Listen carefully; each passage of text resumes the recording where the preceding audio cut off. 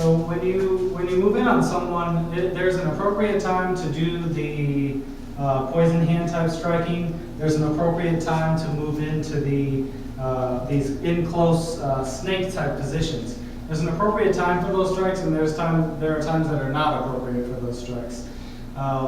Someone is not going to leave their arm out for you to be able to hit these strikes, and at the same time, it's not appropriate for you to think that you're going to be able to throw like 90 strikes in a row to be able to hit their arms. So there's an appropriate time to throw these strikes, and there's the inappropriate time to throw these strikes. So when you're moving in on somebody, a lot of times you'll see this flank is taken too wide. Like you're assuming that you're going to be able to move out here and destroy this person's arm without any contest whatsoever and without them moving, just pulling their arm back. Remember, when you flank, it's not meant to be away from the person in a way that is going to allow him to recover and come back at you. You want to flank just outside of the line of their strike. So you don't want to flank way out here, you know.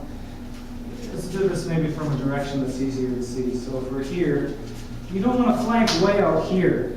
You want to flank here, okay, right in. And the difference that this makes is in the power in your jurus.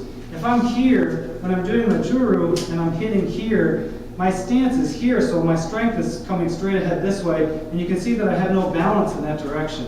When I'm here and I do my juru on this line, I have a lot of strength on this line because of where this, where the other guy is kind of oriented. So when you move in with your Chamandi step, when you move in with your flank, remember, you want to stay on this guy. You don't want to knock him away from you and then have to move back in to catch him. And like I said, he's going to punch and he's going to pull that punch back. So when you move in on this guy, you can't think that you're going to be able to sit out here and do 90 destructions on his arm and then just move in and take him down, because he'll be gone by the time you get to that point. Now when you learn how to flank and move in here, if the opportunity arises, I'll destroy things. If he comes back in with something and I have the opportunity to destroy this, as that is an appropriate thing to do, I will destroy it. As soon as I get into a situation where, I've gotten myself open, there's too much room here, he's going to be able to do whatever he wants and hit me.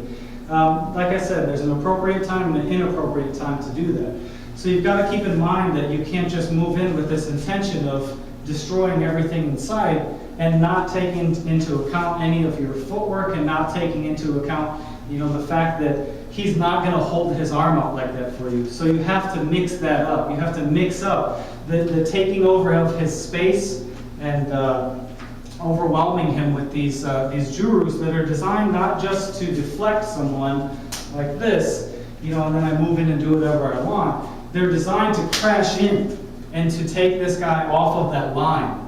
And then from there, I can move in and do what I need to do. And like I said, if the opportunity arises, then I destroy his arms. If I choose to move in with the intention of destroying his arms, and then something happens to where it's not the appropriate opportunity to destroy his limbs, I'm setting myself up for a disaster by giving myself a set condition. I think I'm going to move in and he's just going to hold his arms out for me to destroy them. No, it has to be spontaneous, and you have to be able to adapt. I can't adapt if I move in with one specific intention. I have to be able to flow. So like I said, there'll be an appropriate time to hit him, there'll be an appropriate time to destroy his arms, and then there's also an appropriate time to move through this guy and to take over his space. So keep those things in mind.